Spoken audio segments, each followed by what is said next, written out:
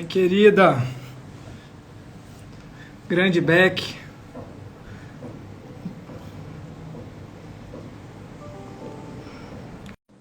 Nissara já entrou. Compartilhando aqui com ela. Vamos ver se a gente... Oi, querida. Olá, tudo bem? Tudo bem? Tá me ouvindo Tudo bem? bem? Tô. Vou aumentar um pouquinho o volume aqui. Tudo ótimo. Bom Tudo dia a ótimo. todos. Saudar o nosso Beclout aqui que já entrou prestigiando você. Você é a grande estrela Sim. hoje das nossas quartas processuais. Anissara, queria dizer da alegria, né, da honra de te ter aqui hoje. Para quem não sabe, a Anissara é doutoranda, né, e mestre em Direito pela UFPR, pela Federal do Paraná, professora, advogada. A gente esteve juntos, eu acho que uma vez só, presencialmente, né, que foi num congresso em homenagem à ministra Nancy Andrighi, e aí eu vi uma palestra sua lá que me impressionou muito, achei muito legal, muito bacana, e, e desde então, né, sei lá, veio pandemia depois, acabou que os nossos eventos presenciais sumiram e a gente ficou limitado a esse mundo virtual que de algum modo também aproxima, né, e ajuda a gente a viabilizar lives e seminários como esse. Então, dizer que realmente para a ESA é muito legal. Eu queria fazer um registro, antes de te passar a palavra para as considerações iniciais, talvez você nem saiba disso, mas tem dois trabalhos seus que eu considero muito bons, tá? Trabalhos acadêmicos. O primeiro é o seu livro, né, de preclusão processual civil, estática e dinâmica. Acho que, se não me engano, foi pela RT, né, 2015. Isso. Uhum. E o outro é um artigo que é polêmico, claro, mas que é muito bom também, que é a Convenção Processual Mitigatória da Preclusão, que está lá naquela coletânea de negócios coordenada lá pela Juspódio. Então, esses dois trabalhos realmente para mim são grandes contribuições suas para o processualismo. Mas te passo a palavra aqui para considerações iniciais, vou botar aqui o tema, vou fixar o tema aqui para as pessoas saberem, e depois a gente começa o nosso bate-papo. Tá certo. Obrigada. Bom, então, bom dia a todos que estão nos acompanhando. Uma alegria imensa essa oportunidade de falar aqui na OAB do Rio. Inclusive, como eu falava ontem contigo, Marcelo, é uma bela oportunidade, né, falar sobre o tema da minha tese poucas semanas antes da minha qualificação, né? Acho que realmente é um privilégio. Até porque eu ainda não mandei o trabalho para a banca, né? Então, toda a contribuição que vier da nossa conversa será muito bem-vinda. Também aproveito o momento inicial para registrar agora publicamente o meu agradecimento pela gentileza desse convite, especialmente a você, Marcelo, e um convite que me foi muito, muito especial, realmente. Obrigada. E obrigada também pelas palavras da apresentação, né? Nós nos encontramos aquela vez em Brasília e espero que a próxima seja novamente presencial, né? De preferência no Vamos, Rio. vamos torcer para isso, se Deus quiser.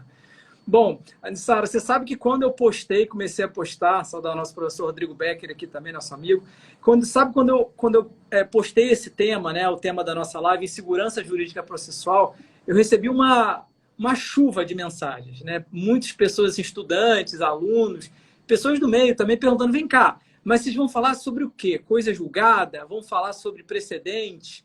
Vão falar sobre estabilização da tutela?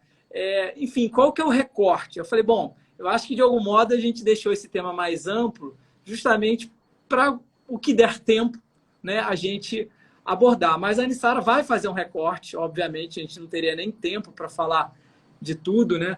E começando falando um pouco de coisa julgada, e depois a gente entra as questões, realmente algumas provocações aí que a gente tem no CPC. Então, Anne, sem mais aí delongas, eu passo a palavra para você e aí a gente vai desenvolvendo ao longo da live. Tá bom. Bom, então, acho que, como você adiantou, a gente pode começar situando o problema da segurança jurídica processual, né? Também, pelo que você já adiantou, a gente percebe um raciocínio quase automático, um gatilho que, quando a gente fala em segurança jurídica processual, vem de uma forma espontânea à nossa mente a coisa julgada, né? Isso talvez seja um eco de um ensinamento clássico de Kiovenda, que sem dúvida está na base da nossa processualística, né? Que influenciou cuja doutrina influenciou toda a processualística. Mas tem um ensinamento básico em que ele dizia que fora da coisa julgada não haveria segurança jurídica a ser implementada pelo processo jurisdicional. Inclusive, por conta disso, é que ele dizia que a preclusão serviria só para dizer o que não faz coisa julgada, né? Só que esse gatilho, como eu disse, que faz a gente associar automaticamente a segurança processual com a coisa julgada, ele tem também explicações históricas. E ele está intimamente conectado com a forma como as teorias clássicas compreenderam a coisa julgada. E aí eu me refiro, né, particularmente àquelas teorias articuladas na primeira metade do século XX. Porque a verdade é que as teorias clássicas e a compreensão da coisa julgada como paradigma de segurança jurídica processual que elas perfilhavam, elas acabaram sendo internalizadas no nosso modo de sentir e de uma tal forma que hoje é difícil de desapegar delas e desapegar da racionalidade que elas traziam. E claro que essa dificuldade também não é casual e ela tem raízes bem profundas. Me refiro aqui particularmente ao positivismo científico. E por que eu digo isso? Porque apesar de todas as crises que o positivismo científico enfrentou e ainda enfrenta, eu acho que é inegável que ele estabeleceu um programa de formação técnica dos juristas que ainda nos dias de hoje influencia o modo de estudar e de compreender o fenômeno jurídico. E o que se percebe é que os condicionamentos advindos do positivismo científico, que são condicionamentos científicos, né? E também depois do dogmatismo processual, mas aí já é um outro problema. Mas esses condicionamentos, eles fizeram com que se criasse na ciência jurídica uma série de entidades, a jurisdição, a ação, a coisa julgada, né? O que nos interessa mais particularmente, e de uma tal forma que ainda hoje, quando nós contemplamos essas entidades, parece que existe nelas algo de sagrado, algo de intocável. Parece que essas teorias clássicas trouxeram contribuições conquistas que a processualística não poderia renunciar. Tem até um texto do Ehring que eu acho que ilustra bem essa perspectiva e se intitula No Céu dos Conceitos Jurídicos. Ele relata um sonho, basicamente, que ele teve. Ele teria morrido e ido parar no céu dos conceitos jurídicos. Ele diz que esse céu seria povoado pelos teóricos e particularmente pelos romanistas. E aí ele explica que nesse céu imaginário, os teóricos do direito obteriam sua recompensa pela contribuição que em vida eles haviam prestado à revelação dos conceitos jurídicos ao mundo. Aí tem um espírito que eu acho muito interessante dizer, tem um espírito que acolhe Ehring nesse céu imaginário, e o espírito explica para ele que os conceitos são verdades absolutas. Aquela forma de existência, elas permanecerão para sempre. E assim o teórico do direito, quando chega nesse céu, ele pode encarar os conceitos de frente e tratá-los como iguais, né? Entidades realmente, né? É claro que essa era uma forma satírica de Ehring manifestar sua oposição aos métodos da pandectística, né? Porque ao final ele opta por não arder nesse céu. E enfim, estava perfeitamente alinhado ao método teleológico que ele mesmo prenunciaria. Mas por que eu estou falando tudo isso? Porque acho importante começar enfatizando que a coisa julgada, assim como a jurisdição, a ação, como qualquer conceito, qualquer instituto jurídico, a coisa julgada não é uma entidade que a gente tenha que decifrar, que a gente tenha que revelar para a processualística. Quando nós morrermos, nós não vamos no céu nos deparar com a coisa julgada e ali verificar o quanto dela que a gente conseguiu revelar ao mundo, né? qualquer instituto jurídico, incluída a coisa julgada, é um objeto cultural. Então, a sua compreensão está conectada a práticas de interesses culturais, ela está condicionada a razões de oportunidade e utilidade social que lhe sejam contemporâneas. Então, é necessária uma outra perspectiva para o enfrentamento do fenômeno jurídico, uma perspectiva menos entificadora, uma perspectiva pela qual se possa inscrever o Instituto no seu tempo, né? Então, eu quero com isso dizer que não há como compreender a coisa julgada sem considerar a experiência jurídica em que ela está inserida, né?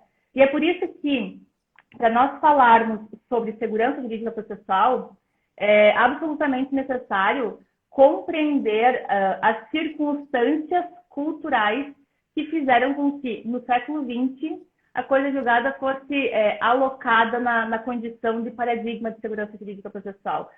Fizeram com que ela absorvesse todas as necessidades de segurança jurídica do processo jurisdicional clássico.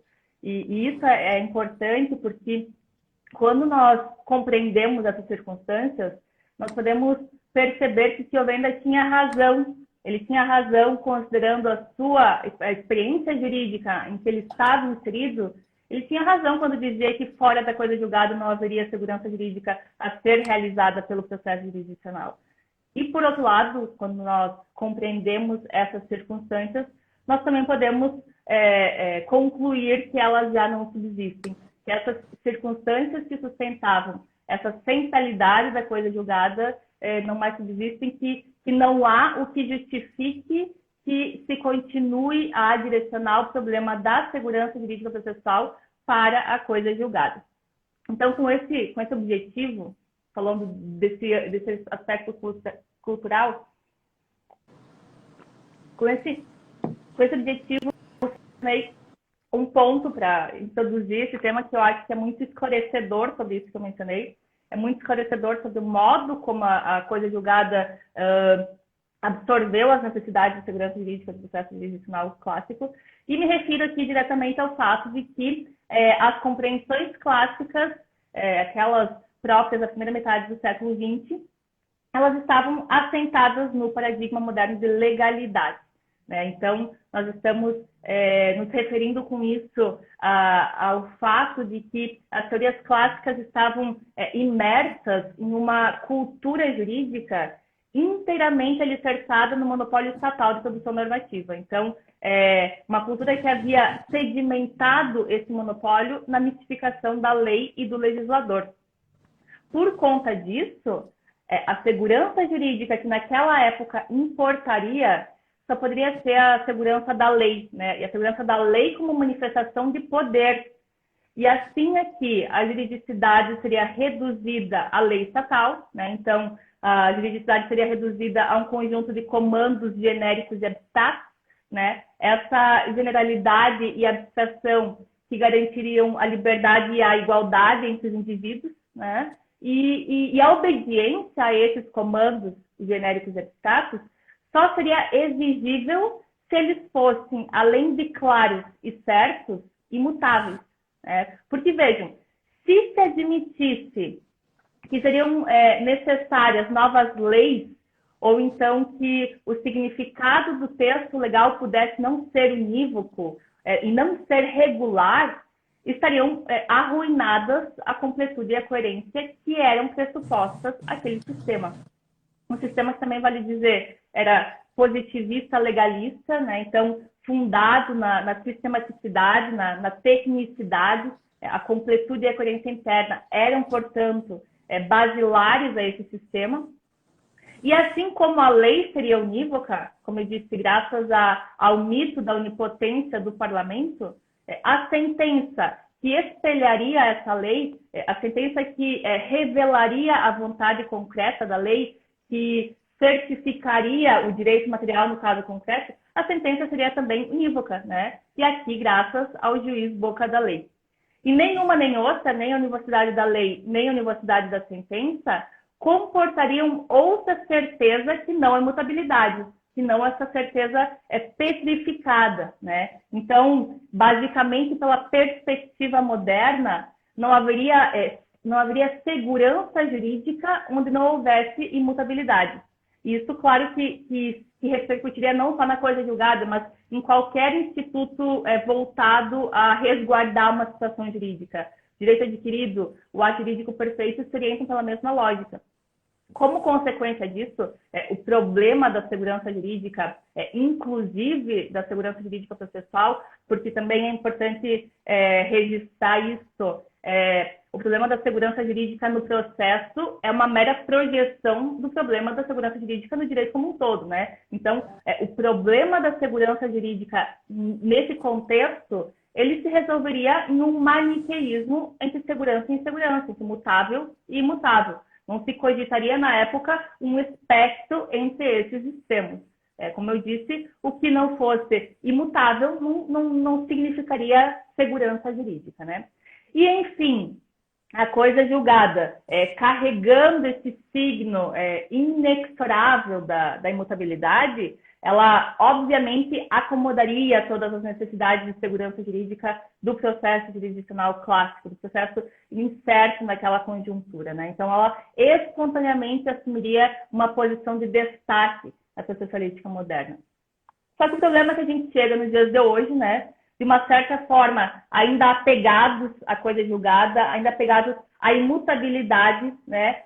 Ainda depositando sobre a coisa julgada todas as preocupações, ou sobre a imutabilidade, já vou chegar a esse ponto, ainda depositando sobre a coisa julgada, sobre a imutabilidade, as preocupações envolvendo a segurança jurídica processual, quando há muito tempo a teoria do direito já denunciou o esgotamento do paradigma moderno de legalidade e há muito tempo vem afirmando a necessidade de se buscar outros referenciais para o direito como um todo, né? E o direito processual não pode escapar a esses influxos. Para nós compreendermos essas transformações, que foram muitas, a gente tem que considerar, antes de qualquer coisa, que aquele paradigma moderno de segurança jurídica, aquele formato moderno de segurança jurídica, no paradigma moderno de legalidade, ele era intrinsecamente problemático. E por que eu digo isso? Porque a mesma força que o havia criado era a sua própria ameaça. E aí eu me refiro diretamente à onipotência, à suposta onipotência do parlamento moderno, né? E realmente não demorou para que o código fosse atropelado por uma avalanche de leis e decretos que, obviamente, colocariam em xeque a certeza do direito que ele prometia, né? E, como eu disse, era uma certeza pautada na completude, pautada no fechamento do sistema jurídico, pautada na univocidade da lei, na univocidade da sentença. Ainda assim, a prova de fogo que aguardava pelo código seria outra, e notadamente as muitas transformações sociais que atravessaram também a ciência jurídica no século XX. E aí me refiro àquelas advindas da progressiva industrialização, a decadência da burguesia histórica com a emergência de novas camadas sociais, a globalização, o comércio internacional, a crise do capitalismo monopolista, enfim, o colapso do aparato liberal individualista, né? E a partir dessas transformações sociais, seriam também muitas as investidas contra a codificação, contra o estatismo jurídico, né? Essas investidas que basicamente se dariam sobre as pautas da solidariedade social, da necessidade de uma justificação teleológica e axiológica do direito, as exigências de tutela da pessoa humana, e tudo isso também que se intensificaria muito a partir das guerras, da Segunda Guerra Mundial, e a partir das bases teóricas lançadas pelos novos constitucionalismos. E adviriam não só do direito, mas também dos fatos, né? E aí eu me refiro à sobreposição das relações de fato sobre as de direito. E aí, nessa toada, se reconheceria juridicidade, a união conjugal de fato, a locação de fato, a filiação de fato, ao vínculo trabalhista de fato, né? Tudo isso em absoluto descompasso com o fechamento do sistema jurídico que era pretendido pela ótica moderna, pela ciência moderna. Também nesse contexto se percebe uma sempre crescente complexificação dos sistemas organizacionais, né? E uma fragmentação em múltiplos e incompatíveis interesses setoriais. Esse pluralismo social, né, que forçaria com que também o ordenamento jurídico acabasse por acolher um politeísmo de valores dificilmente acomodável àquelas estruturas formalistas tradicionais, né? E ao acolher esse politeísmo, também despencaria a utopia moderna da neutralidade da lei. O Estado, para fazer frente a todo esse quadro, que é muito complexo, assumiria novas tarefas, né? Notadamente a gestão de interesses públicos, particularmente políticas públicas, a tarefa de tutelar indivíduos incertos em relações assimétricas, como os trabalhadores, os consumidores, tarefa de indução de comportamentos, né? Enfim, haveria uma sempre crescente multiplicação de normas, uma sempre crescente complexificação do tecido jurídico.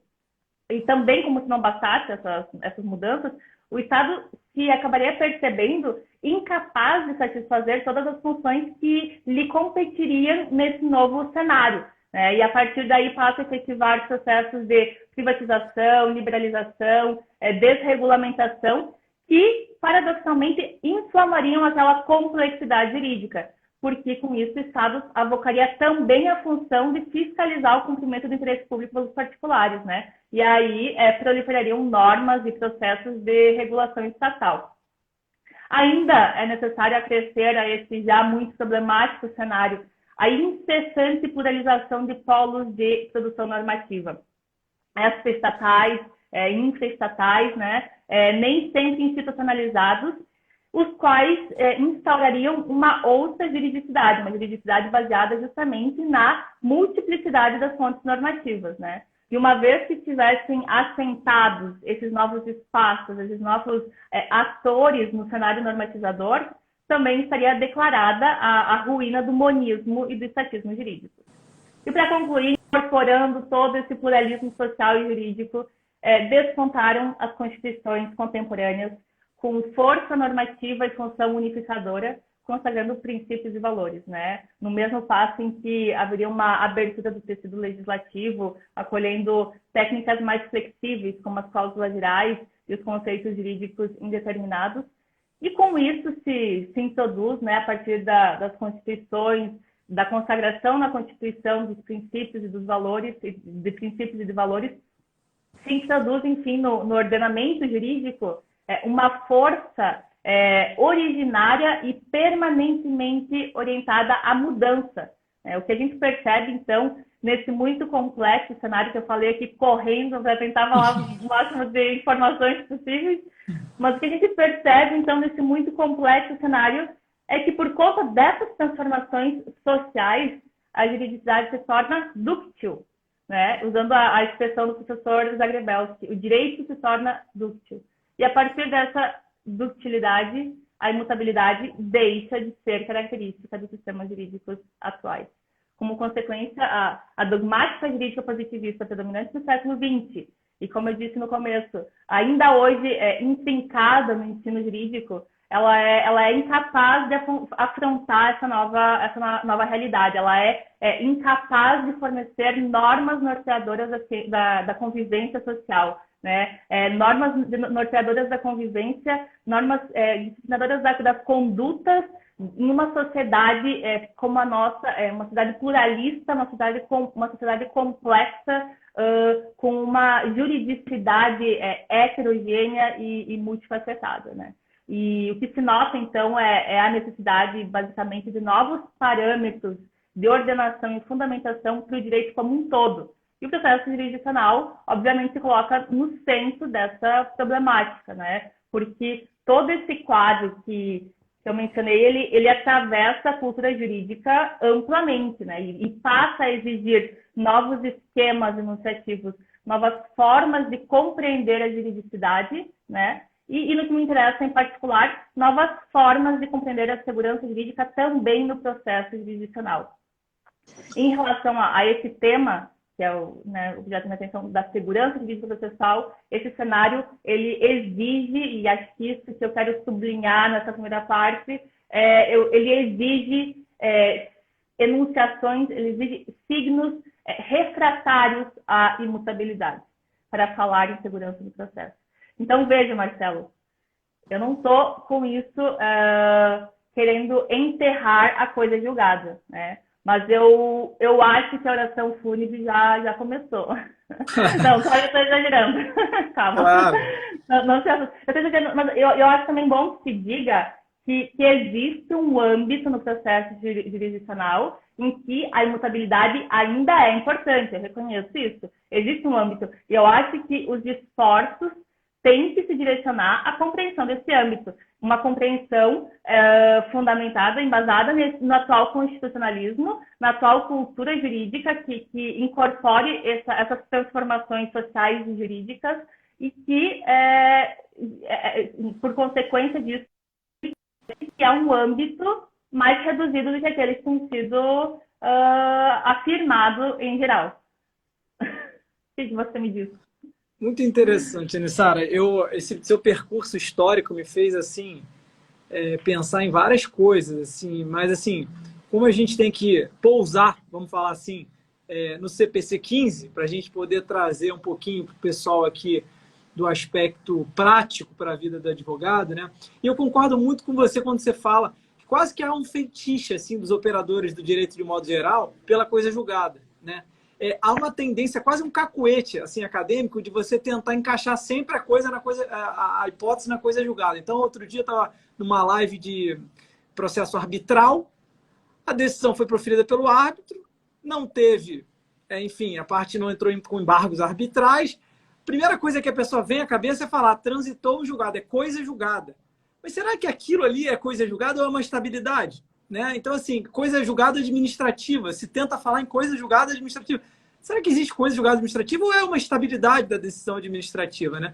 E o CPC vem muito para embaralhar, ou, melhor dizendo, para reforçar isso que você está dizendo. Quando a gente pega o 486, parágrafo 1º, né, aquelas hipóteses que cabe ação rescisória, mesmo não sendo decisões de mérito, o que é aquilo? Nem é a coisa julgada formal e nem é a coisa julgada material, porque não é uma decisão de mérito. E aí você encaixa onde? Então, eu acho que nós deveríamos tratar esse fenômeno, esse gênero, como estabilidade.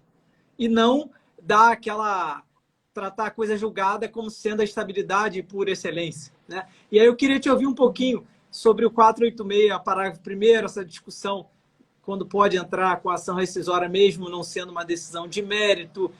Que fenômeno é esse? Se os efeitos são extraprocessuais, são endoprocessuais? Então, eu acho até importante, essas suas observações são muito interessantes. E antes de falar do 486, só para situar, eu acho que a estabilidade processual é justamente o referencial da segurança jurídica hoje. Acho que é bom que se diga isso também, que eu concordo com isso, considerando essa necessidade que a gente tem de dar um nome para as coisas, né? Se tem um nome adequado para esse novo referencial, eu chamo assim, de segurança jurídica, é a estabilidade processual. Só que, e até nessa história tem que tomar um pouco de cuidado no que eu falo para não falar demais e acabar, sei lá, perdendo a originalidade quando for apresentar a tese, que ainda não foi nem qualificado, né? Mas uma coisa que eu posso dizer desde logo e que, né, dialoga e um pouco contraria isso que você falou, que uma coisa que eu posso dizer desde logo, porque decorre das minhas premissas, é que a partir do momento em que, eu reconheço que eu estou indo na contramão, tá? Mas a partir do momento em que eu admita a estabilidade como referencial para a segurança jurídica hoje, consequência disso é que eu não compreenda a coisa julgada como estabilidade.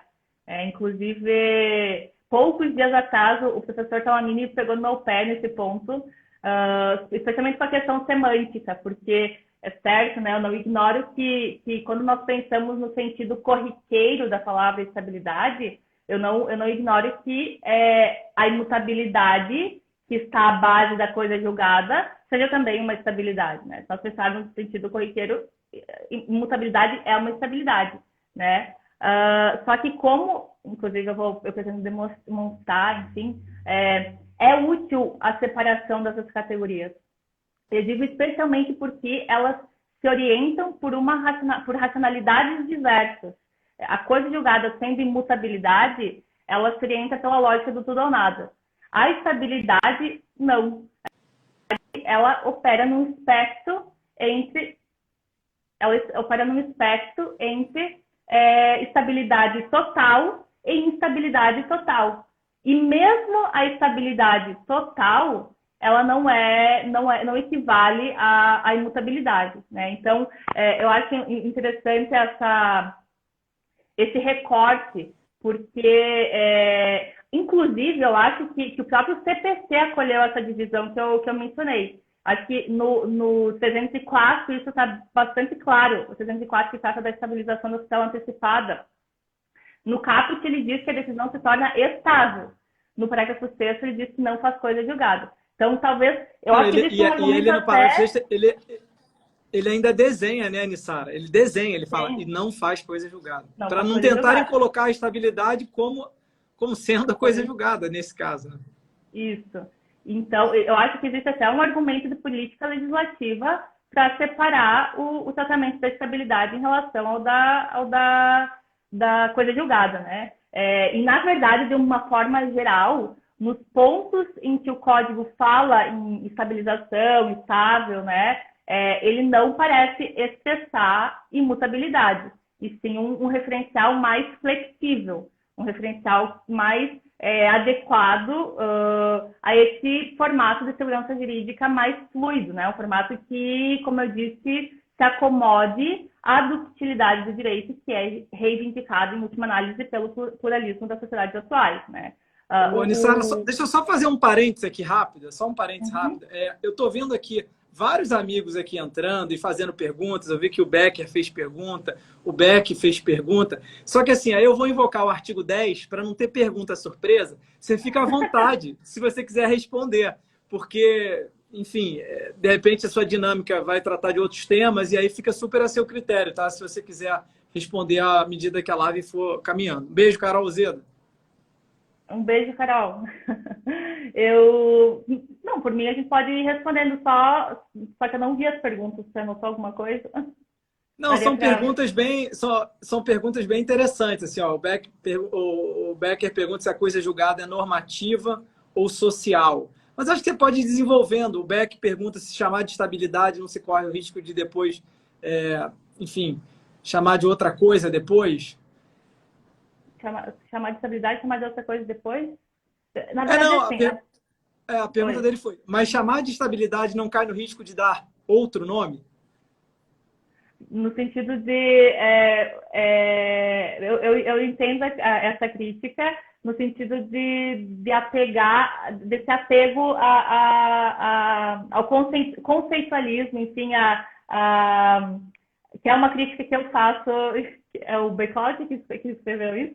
Isso. É uma crítica que eu faço na tese, que ele inclusive viu esse tópico. Mas a verdade é que, embora eu faça essa crítica, a verdade é que a gente não consegue se libertar inteiramente desses condicionamentos científicos, enfim, que são condicionamentos não só científicos, mas condicionamentos da própria língua, das estruturas linguísticas, né, da nossa tradição greco-latina, essa necessidade de dar nomes às coisas e de buscar a essência das coisas, enfim, isso aí é uma questão até das nossas estruturas linguísticas. Eu concordo que eu reconheço essa crítica e estou dando um nome para outra coisa. Agora, é necessário, e eu acho que se justifica pelo fato de que esse nome atenda a necessidades, atenda a utilidade, enfim, e ele se adeque no contexto em que ele vai atuar. Eu acho que essa construção desses conceitos é necessária quando eles sejam relacionais e operacionais. A gente tem que pensar na construção dos conceitos que seja relacional e operacional, nesse sentido. Mas eu estou dando um nome para um fenômeno. Na verdade, eu estou usando um nome para um nome que já está, de alguma forma, consagrado. Só que, no meu entendimento, ele está consagrado ele tem sido utilizado, ele tem sido invocado em um sentido não técnico, que é o sentido corriqueiro da estabilidade, o sentido que está no dicionário. Eu digo isso por quê? Porque quando a gente, não estou generalizando, né, mas há muitas abordagens que eu tenho visto, enfim, sobre o tema, se invoca a estabilidade, nesse sentido corriqueiro, se invoca sem explicar o que seria estabilidade. Então, se eu não explico o que é, se eu não explico de qual conceito de estabilidade eu estou partindo, eu estou usando o sentido corriqueiro, eu estou usando o sentido não técnico, o sentido do dicionário, que inclusive inclui, se você pegar no dicionário, estabilidade inclui imutabilidade. Mas a minha proposta, vejam, é uma proposta, né? Eu não fui nem qualificada, mas a minha proposta, não fui nem qualificada ainda, mas a minha proposta é justamente um sentido de estabilidade, porque eu acho que é um nome que se acomoda a essa proposta, invocar esse termo, mas num sentido que se adeque a esse paradigma de segurança jurídica que é própria da ductilidade do direito. Eu vi você desculpa. Não, eu estava você falando aqui, eu acabei que estava aqui do lado mesmo, eu peguei as suas ideias, elas estão bem na linha, né, do que o professor Cabral defende no livro dele de Coisa Julgada e Preclusão Dinâmica. E o Becker, eu li aqui, ó, fez um comentário. O Becker, não sei se você sabe, ele tem um livro de conflito de coisas julgadas, então ele é um estudioso do tema, e ele comenta aqui, ó, talvez possa ser um insight para você. Se a coisa julgada for um fenômeno social, fica mais defensável a diferença entre ela e a estabilidade. Uhum.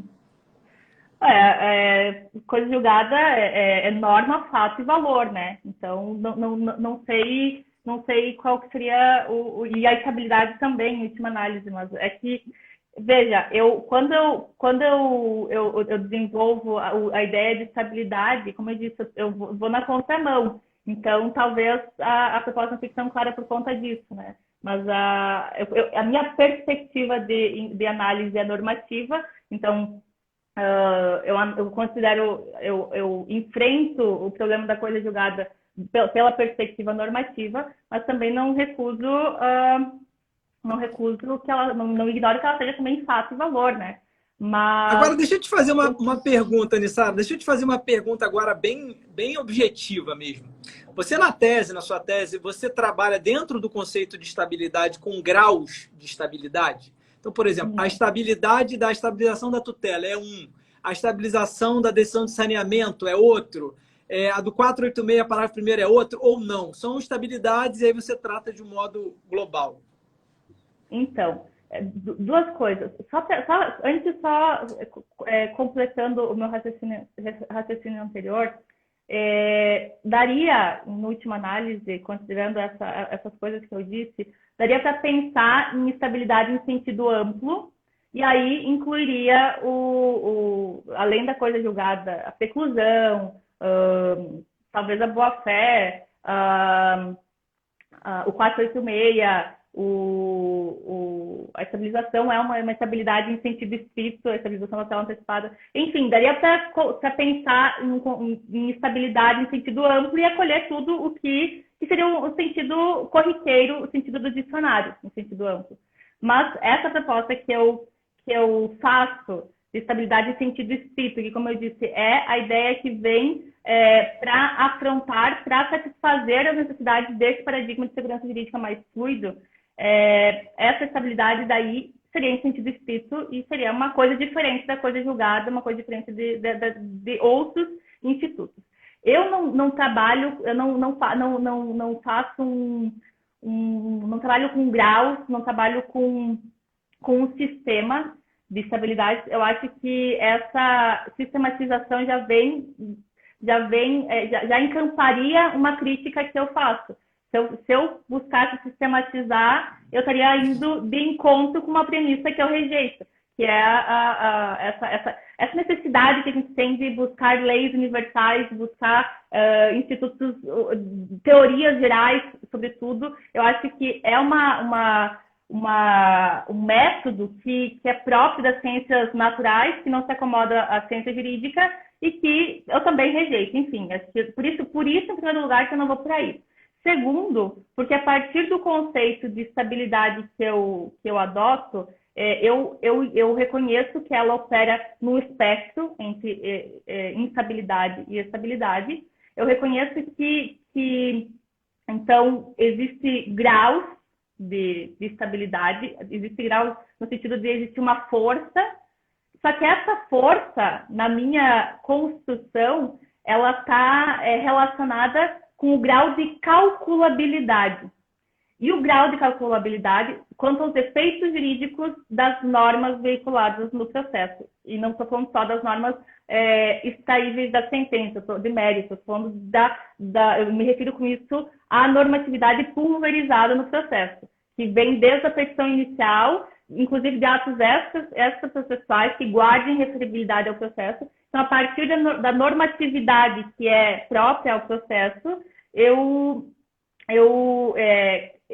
analiso essa questão dos graus de eficácia, dos graus de estabilidade como grau de calculabilidade, só que os critérios que determinam o grau de calculabilidade são tantos, e até eu menciono vários,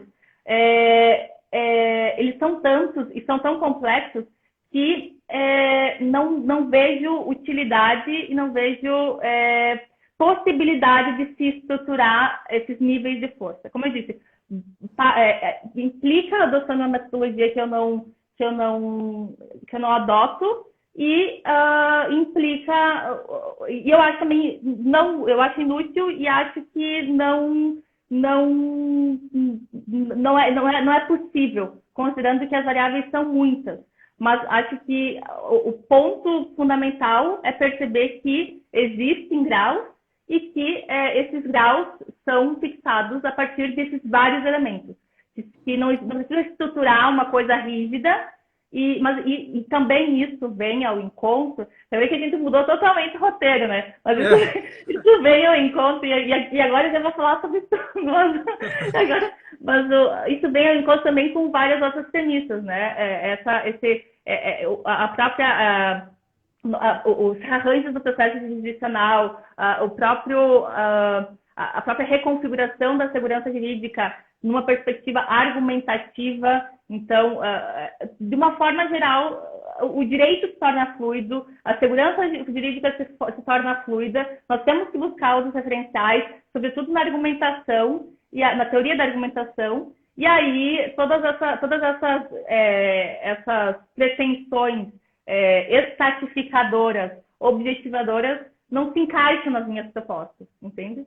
Por isso que... Muito interessante. E aí, quando você pega essa ideia também de segurança jurídica, continuidade, né? Esse dinamismo que você aborda bem, e eu fico lembrando aqui do artigo 23 da LINT, né? Dos regimes de transição, dos amortecedores para que não tenha um impacto. Então, ou seja, empurra-se para uma estabilidade, mas havendo necessidade de mudança, né? A modulação, enfim, tem que ser algo que não venha surpreender justamente aqueles que depositaram a confiança em determinado padrão de conduta ou algo do tipo. Mas eu também queria, Anissara, que você, assim, tem uma pergunta aqui que está chegando para mim aqui via o chat aqui, que ela é muito de ordem prática processual. Fica à vontade para você responder. A hipótese aqui é a seguinte: lá no 357, parágrafo 1º, a estabilidade da decisão de organização e saneamento, né? Diz que as partes podem pedir ajustes na decisão de organização e saneamento e, findo lá o prazo, a decisão se torna estável. A pergunta é a seguinte, né? Vamos imaginar que na decisão de organização e saneamento o juiz tenha excluído um litisconsorte, uma matéria agravável, lá por força do 1015, lá está no rol, né? Mas você precisa de algum ajuste em relação a esse capítulo aí do saneador. Uhum. Aí você faz o pedido de ajuste, o juiz esclarece.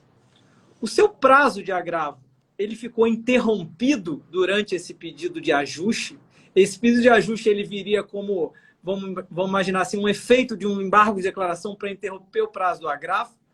Ou não? Ou você deveria ter interposto o agravo direto da decisão de saneamento? Porque isso é importante, é prático. Porque eu estou vendo no dia a dia, as pessoas têm medo de fazer o pedido de ajuste, para não perder o prazo do agravo. O que eles fazem? Embargam de declaração. E aí perde todo o sentido do pedido de ajuste que o legislador imaginou, né? Eu queria te ouvir um pouquinho sobre isso. Uhum. Antes de responder diretamente a pergunta, a estabilidade da decisão de saneamento certamente é um outro exemplo em que há estabilidade, em que o código se utiliza dessa terminologia e que não é imutabilidade, né? Não, é outro referencial. Claro que ainda é um enigma o que é essa estabilidade e ainda é um enigma o pedido de esclarecimentos, né? Então, mas o fato é que não é imutabilidade. E sobre, enfim, a pergunta que você fez, certamente esse é um ponto que ficou muito ambíguo no código, né? Que a gente vai ver o que vai acontecer nos próximos tempos, doutrina, jurisprudência vão ter que esclarecer e me parece, por razões lógicas e até operacionais, que o pedido de esclarecimento tem que interromper o prazo do agravo, né? Naquelas hipóteses em que ele seja cabível, como você mencionou. Me parece que tem que interromper, não faz sentido que você tenha que apresentar o pedido de esclarecimentos e agravar simultaneamente, né? Não faz sentido algum você perder tempo e dinheiro com isso. Mas certamente, isso tem que ser sublinhado, eu não pagaria para ver. Eu estaria por embargar, não tenho dúvida disso. E talvez seja essa a linha que todo mundo acabe seguindo, porque quem que vai tentar a sorte numa situação como essa? Todo mundo vão acabar embargando, né? Mais seguro, usando o tema. Mas tem um problema ainda maior, Marcelo, nesse ponto, que também me preocupa até mais, porque né, você acaba embargando. Mas imagina que eu interponha diretamente o agravo e você faça o pedido de esclarecimento. Se a decisão for modificada no pedido de esclarecimento, eu vou poder... nós estamos lutando um contra o outro, obviamente, né? Eu agravo, você pede esclarecimento. A decisão é alterada, parcialmente modificada. Eu posso complementar meu agravo? Porque para os embargos isso tem previsão expressa, né? E ainda com o risco desse agravo perder o objeto, né? Porque se tem de um lado o risco de perder o objeto, mas imagine que não perca. Eu posso complementar o meu agravo? Interessante. Bem interessante esse ponto. Agora, Nissara, a gente tem 10 minutinhos aí, voou o tempo, né, da live.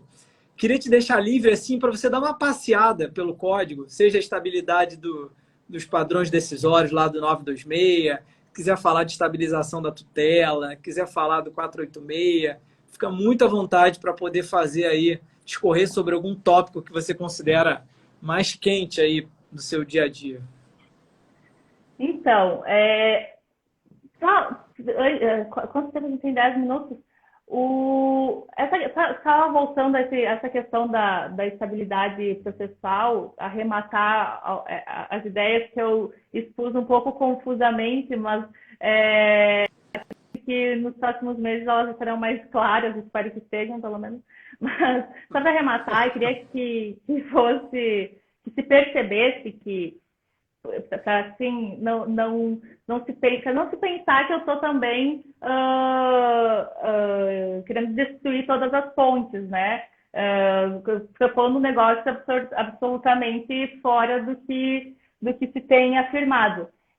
Vejam que estabilidade processual é uma locução com envergadura para satisfazer uma multiplicidade de enunciações. Então, existe uma verdadeira estabilidade processual e não existe uma verdadeira coisa julgada. A gente percebe essa necessidade de reivindicar a veracidade da sua própria teoria, né, lá, que é também característica a esses condicionamentos modernos da ciência, né?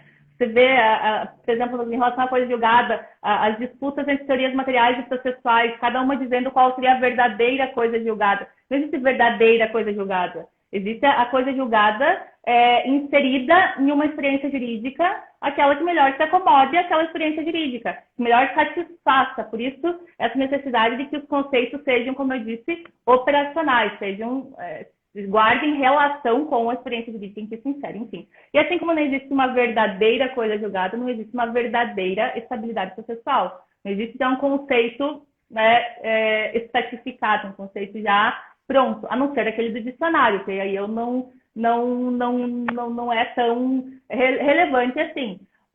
Voltando então a esse problema, existe a estabilidade processual, é uma locução com envergadura para se fazer uma multiplicidade de enunciações. E atualmente, posso estar enganada, e se alguém já escreveu sobre isso mais detidamente, eu peço, por favor, que me envie, porque eu preciso.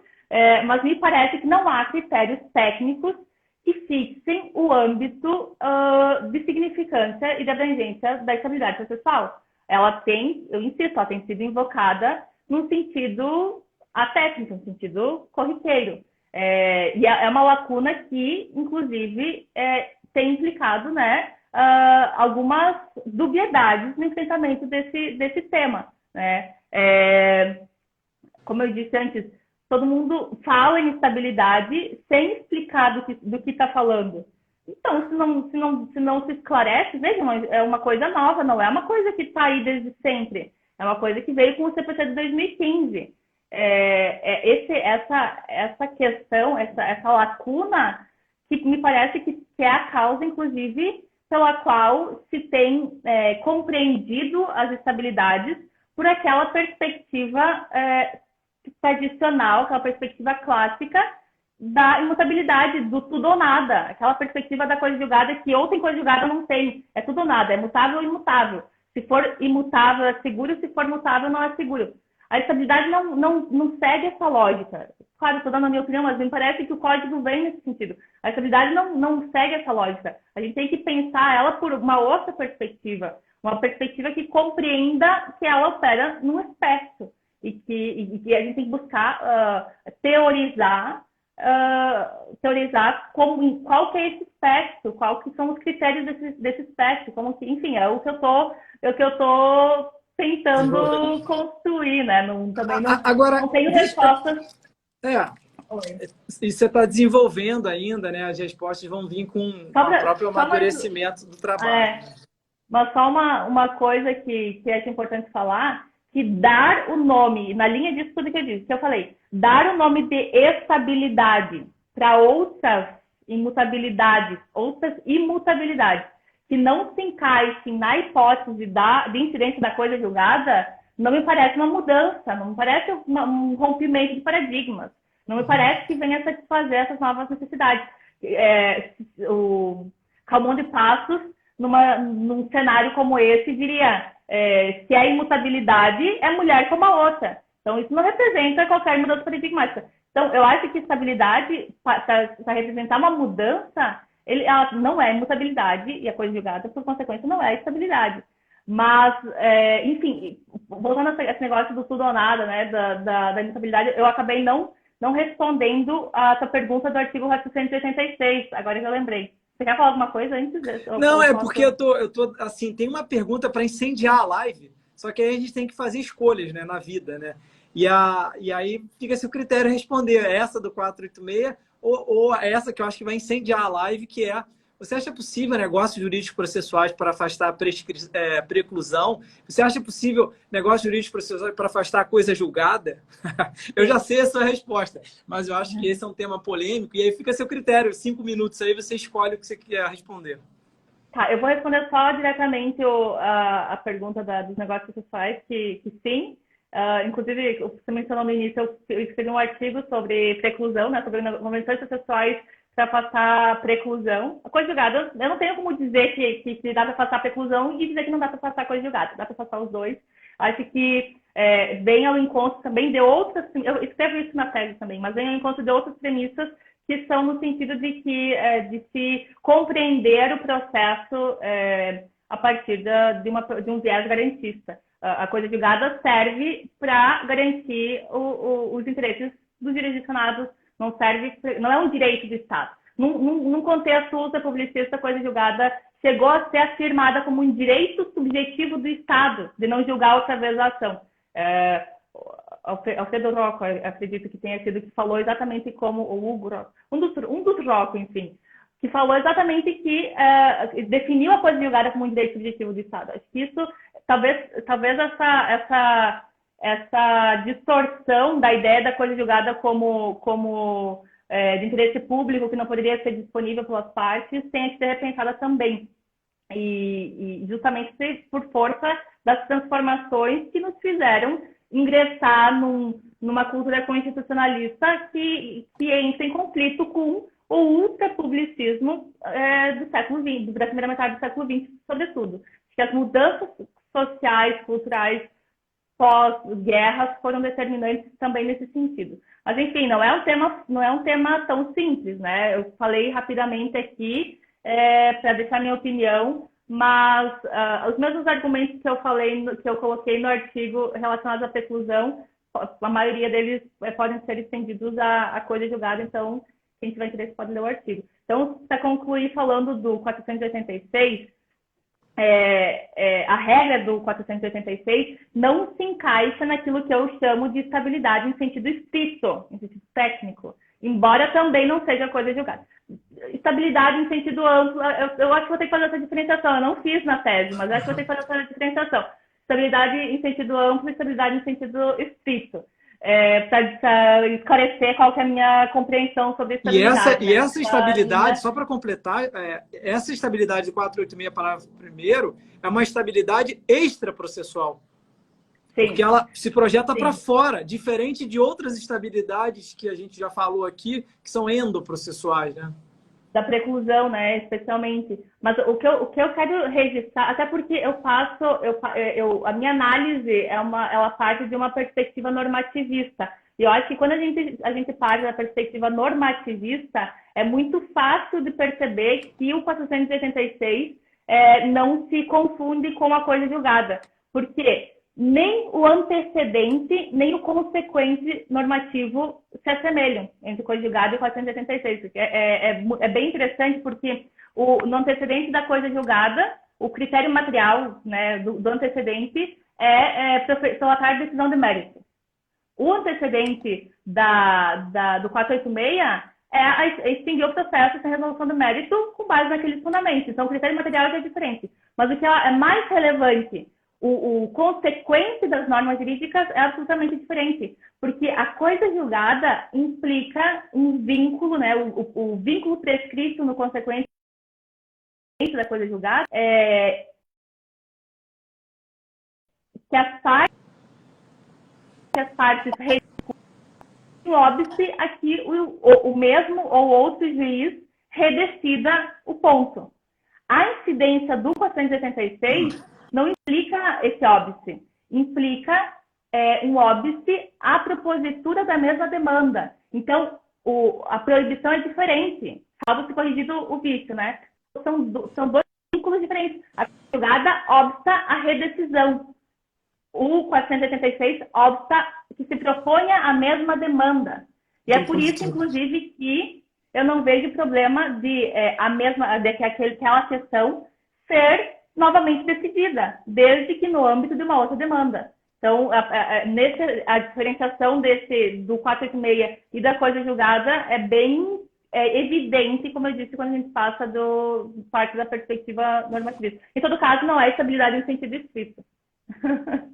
Querida, faltam 20 segundos, vai fechar a live. Eu queria te agradecer muito, passou voando o tempo, você deu uma aula, deu um show. Sorte na sua qualificação, deixar um beijo para você. Se cuida. Obrigada, querido. Quero agradecer mais uma vez pelo convite, muito gentil. Foi muito enriquecedor o nosso debate. Agradecer a todos que fizeram perguntas. E também, se tiverem outras perguntas, outras provocações, agora é a hora, porque eu vou qualificar logo e eu estou disposta a levar tiro, por enquanto. Se alguém quiser entrar em contato e mandar outras críticas, eu estou à disposição. E também agradecer a todos que entraram. Um beijo. Já vi vários amigos, o Beck, a Dani, a Carol. Um beijo a todos e um beijo especial para você. E a gente se vê em breve. Obrigada. Tá bom, beijão. Tchau, tchau. Tchau.